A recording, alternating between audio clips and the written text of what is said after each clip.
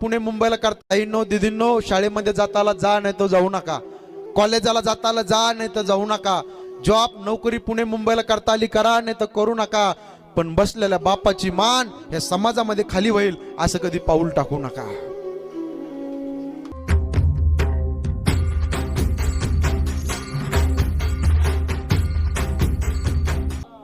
सगळ्यांना हात जोडून पोट तिडकीना माझी विनंती आहे,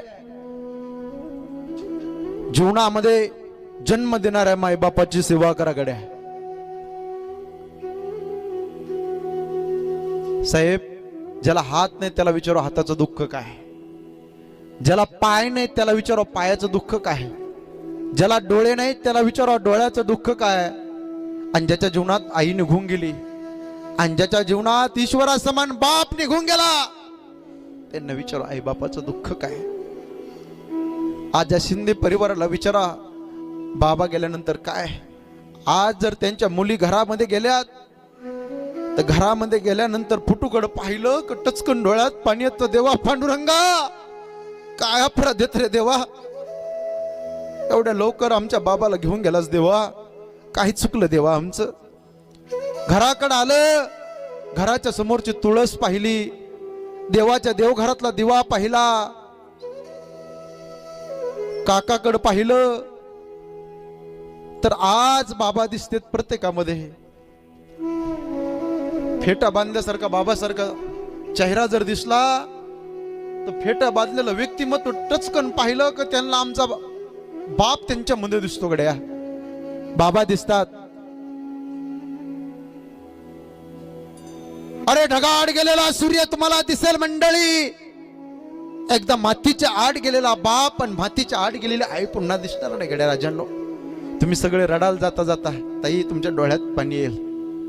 आई काय असते, आई ऐका, आई मायेचा सागर, समृद्धाची घागर, चैतन्याचा जागर, आई भाजीतलं मीठ, आई हक्काचं व्यासपीठ, आई थंडगार वारा, आई मायेचा उबारा, आई दुधावरची साय, आई वासराची गाय, आई लंगड्याचा पाय. अरे साता समुद्राच्या पलीकडे गेलेला सूर्य तुम्हाला दिसेल, पण एकदा मातीच्या आड गेलेला बाप आणि मातीच्या आड गेलेली आई पुन्हा दिसणार नाही. माझ्या राजांनो, माझ्या दादांनो, इथं बसलेले माय विचारा यांना, अरे ज्यांची ज्यांची आई ह्या जगात नाही आणि ज्यांचा ज्यांचा बाप ह्या जगात नाही त्यांना विचारा ना आई बापाचं दुःख काय. आज 3 मुली आहेत, 4 मुली आहेत बाबांना, 2 मुलं, यांना विचारा, आज त्यांच्या डोळ्यामध्ये पाणी येईल, रडाल सगळ्या. एवढ्या सुखाने समाधानाने जीवन जगत होता हा परिवार.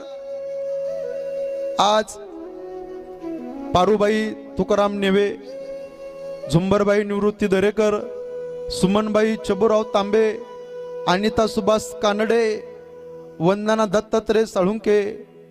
आज बाबा गेलेत, पण बाबाच्या पाठीमागचा मोठा परिवार, आदरणीय श्री बाळासाहेब आप्पाजी शिंदे, आदरणीय श्री पोपट आप्पाजी शिंदे, मुलं मुली, त्याचबरोबर अशोक शिंदे, हा परिवार आनंदाने सुखाने जीवन जगत होता दादा. पण देवाची करणी झाली आणि एक चालतं बोलतं व्यक्तिमत्व निघून घेऊन गेला देव. इथं बसलेली माय 60 वर्षाची आजी, ह्या वयातले चष्मा लावला आजीना. विचारा यांना, पांढरे केस झाले, थकली, म्हातारी झाली आई, पण हिला जर हिची मुलगी 35-40 वर्षाची तुमच्या वयातली जर भेटायला आली ना, त्या माईने कधीच पिशवी रिकामी दिली नाही त्या बाईची. कधी मुलगी येणार 10च्या गाडीना तर नवऱ्याला फटफटीवर पाडणार, जाओ ताई येणार आहे, 9 वाजताच पाठवते. 10 वाजता मुलीची एसटी आल्यानंतर घरी मुलगी गाडी घेऊन ज्यावेळेस घरात प्रवेश करते मुलगी, त्यावेळेस आईने असे हात फिरवावा, खराब झालीस ग माझी ताई, शेतातले काम जास्त करतेस का, लेकर बाळ खुशालेस ना, गालावून हात फिरावा, फार काळजी घ्यावे, 2 पप्प्या घ्यावा मुलीच्या. आई लय प्रेम करते आणि किचन मध्ये जाते आणि सुनबाई पुढे हात जोडते. तुमची आई वागते बरं आता सुनाच्या समोर, काय म्हणते सुनाला, ए सुनबाई आपलं दोघीचं असेल ते असेल बाई, पण माझी ताई आली ना, तिला टाकून बोलू नको, काय टाकून बोलू नको, 2 दिवसाची पाहुणी ती, बोलू नको बरं काही. आणि माझ्या ताईला आहे ना पुरणपोळीचा स्वयंपाक लय आवडतो ग. सुनबाईने पुरणपोळीचा स्वयंपाक बनवावा, गोडधोड स्वयंपाक करावा. आणि संध्याकाळच्या वेळेस मुलगी जेवणा करता बसली ना, ही म्हातारी माय त्या मुलीच्या जवळ जाते आणि लहान लेकरासारखा घास भरवते, मुलीला गालावून हात फिरते. काय बाई लय खराब झालीस, काय काय काय. आई गेली ना, घराचं मंगल्य गेलं, बाप गेला, घराचं अस्तित्व निघून गेलं. अरे दिवाळीच्या सणाच्या दिवशी आमची ताई, आमची आई सणाच्या दिवशी जर माहेरी सासरी या लागली, 3-4 गच्च भरलेलं पिशव्या असेल तर समजायचं माहेरात माय जिवंत आहे आणि माहेरात बाप जिवंत आहे. अरे माहेरात माय, माहेरात बाप असेल, किती वाजता तुम्ही रात्री जा, हक्काने चपला सोडण्याचं उंबर असतो ताई तुमच्या जीवनामध्ये. चकला सोडण्याचा उंबरा असतो. जो बापावर हक्क दाखवता येतो, जो आईवर हक्क दाखवता येतो, ते भावाजाईवर नाही दाखवता येत. भाऊ पण चांगली साडी घेईल, भाऊजाई पण प्रेम करील, पण बाप तो बाप असतो गड्या. आई ती हे असते. ज्यांची आई ह्या जगात नाही, ज्यांचा बाप ह्या जगात नाही, त्यांना विचारा दुःख काय. आज या परिवाराला, 4 मुलीला विचारा बापाचं दुःख काय, मुलाला विचारा काय दुःख आहे. ताई सांगतील, दादा सांगतील, महाराज हाडाचे काढ केले आमच्या बापाने आमच्या करता, रक्ताचं पाणी केलं, नेत्राचा दिवा केला, हाताचा पाळणा केला, आणि त्या बापाने संगोपन केलं आमचं. एवढा समाज या शिंदे परिवाराच्या वर्ष श्राद्धाच्या निमित्ताने एकत्रित आलाय. सगळ्यांना सांगतो, बाप नावाची चादर एकदा आयुष्यातून निघून गेली ना, प्रत्येक सकाळ जबाबदारीची जाणीव करून देते. मंडळी हे लक्षात ठेवा. एका बापाच्या संबंधाने मी या ठिकाणी उभा आहे. अरे ढगाआड गेलेला सूर्य तुम्हाला दिसेल, पण एकदा मातीच्या आड गेलेला बाप पुन्हा दिसणार नाही माझ्या राजानो. म्हणून जन्म देणाऱ्या बापाची सेवा करा. पुरुष मंडळी, तुमच्या डोळ्यात पाणी रडाल तुम्ही. अरे पुरुषाची जात ही रडणारी नसती, पुरुषाची जात ही लढणारी असती. पण आतला जो माणूस आहे ना, तो बाप नावाचा माणूस रडत असतो, हे लक्षात ठेवा.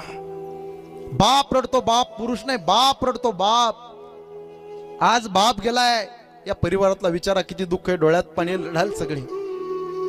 अरे बाप म्हणजे जगण्याचं माप असतं, बाप म्हणजे पाठीवरची थाप असतं. किती रागवला तरी त्याची माया अमाप असते, तो म्हणजे बाप असतो. बाप म्हणजे शिस्तबद्ध धाक, जगणं आपोआप, आयुष्याच्या समुद्रभागी दीपस्तंभाची झाक, तो म्हणजे तुमचा माझा बाप. अरे ढगाआड गेलेला सूर्य तुम्हाला दिसेल मंडळी, पण एकदा बाप गेला ना, बापाच्या आठवणी ढसढसा हंबरडा फोडून रडायला स्वर राहणार नाही. बाप लहर आयुष्यात गरिबी सहन करतो. इथं बसलेला बाप असा आहे, तो मुलाला म्हणतो, बाळा शाळेत जात जाय, ट्युशनला जात जाय. बाप बोलतो का नाही? एवढे वेळ झोपत नसते, घड्याळमध्ये 9 वाजले 10 वाजलेत, एवढे वेळ झोपत नसते. बाळा शाळेमध्ये जा, ट्युशनला जा. बाप का रडतो? बाप का बोलतो माहितीये का? बापाला माहितीये मी माझ्या पोटापुरतं कमवलंय, पण यदा कदाचित कोरोनासारखा रोग आला आणि मी जर मरून गेलो ना, माझ्या मुलाने माझ्या मुलीने या समाजाच्या समोर भीक मागू नये, म्हणून बाप बोलत असतो, हे लक्षात ठेवा. बाप जर पाहायचा असेल ना मंडळी, या पोरांना विचारा यांचा बाप काय असतो. यांच्या डोळ्यात पाणी, सगळे रडतील पोर आता. यांचा बाप काय असतो आई विचारा. एखाद्या महाराजाच्या संस्थेचा संपर्क घेतो बाप यांचा. एखादी वारकरी शिक्षण संस्था आहे, मुलाची चांगलं शिक्षण आहे म्हणून बाप फोन लावतो महाराजांना. महाराज म्हणतात शाळा सुरू झाल्यावर मुलाला घेऊन या. मुलाची पेटी, पकवाज, वह्या, पुस्तक तो बाप गाडीमध्ये घेऊन येतो. एका खोलीमध्ये मुलाची पेटी ठेवल्या जाते यांची. तिथं संस्थेमध्ये गेल्यानंतर महाराजाच्या कोणीच मित्र नसतं यांचं. आल्यानंतर कोणी ओळखीचं नसतं. आम्ही त्यातले दिवस काढले दादा. अशी पेटी ठेवल्या जाते एका खोलीमध्ये. सगळे नवीन नवीन पोरं दिसतात. बाप छातीवर दगड ठेवतो का? माझा मुलगा शिकला पाहिजे. माझ्या मुलाचं कल्याण झालं पाहिजे हे स्वप्न बापाने रेखाटलेले असते. महाराज पुढे येतो, हात जोडतो. बाप, अजून मुलाला फारसं काही कळत नाही महाराज, लक्ष राहून द्या, जरा खोडकर आहे मुलगा आमचा, लक्ष राहून द्या. बाप काय असतो,